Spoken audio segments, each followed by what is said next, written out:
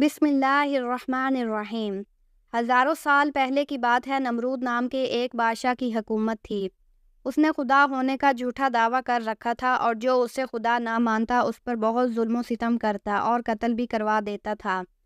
اس دور کے نبی حضرت سیدنا ابراہیم علیہ السلام بھی نمرود کو خدا نہ ماننے کی وجہ سے آگ میں ڈالے گئے، مگر اللہ پاک کے حکم سے وہ آگ آپ علیہ السلام کے لیے ٹھنڈی ہو گئی اور محفوظ رہے۔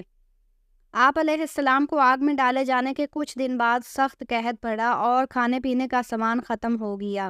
لوگ نمرود کے دربار میں جا کر اناج کی درخواست پیش کرتے، جواباً نمرود ان سے اپنے خدا ہونے کا اقرار کرواتا۔ جو اسے خدا مانتا اسے اناج مل جاتا اور جو نہ مانتا اسے خالی ہاتھ جانا پڑتا۔ حضرت سیدنا ابراہیم علیہ السلام بھی اناج لینے نمرود کے پاس گئے۔ نمرود نے پوچھا، تمہارا رب کون ہے؟ فرمایا، میرا رب وہ ہے جو زندہ کرتا اور موت دیتا ہے۔ یہ سن کر نمرود بولا، یہ قدرت تو میرے پاس بھی ہے۔ یہ کہہ کر اس نے 2 قیدی بلوائے، ایک کو چھوڑ دیا اور ایک کو قتل کروا دیا۔ آپ علیہ السلام نے نمرود کی کم عقلی دیکھ کر فرمایا، میرا رب مشرق سے سورج کو نکالتا ہے، اگر تو خدا ہے تو مغرب سے سورج نکال کر دکھا۔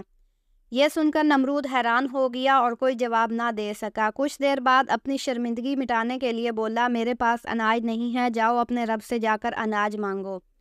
اناج کا تھیلا آپ علیہ السلام نمرود کے دربار سے نکل آئے اور گھر کی طرف چل پڑے۔ راستے میں ریت کا ایک ٹھیلا نظر آیا۔ آپ علیہ السلام گھر والوں کو خوش کرنے کے لیے اسی ریت سے ایک ٹھیلا بھر کر گھر لے آئے اور سو گئے۔ اللہ کی شان دیکھیے کہ آپ کی بیوی حضرت سیدنا سارہ رضی اللہ تعالی عنہا نے تھیلا کھولا تو وہ آٹے سے بھرا ہوا نکلا۔ انہوں نے فوراً روٹیاں بنائی اور آپ کو جگایا۔ روٹیاں دیکھ کر آپ علیہ السلام بولے، یہ کہاں سے آئی؟ انہوں نے کہا، یہ اسی آٹے سے بنائی ہے جو آپ تھیلے میں بھر کر لائے تھے۔ آپ علیہ السلام سمجھ گئے کہ اللہ پاک کی طرف سے ریت آٹے میں تبدیل ہو گئی۔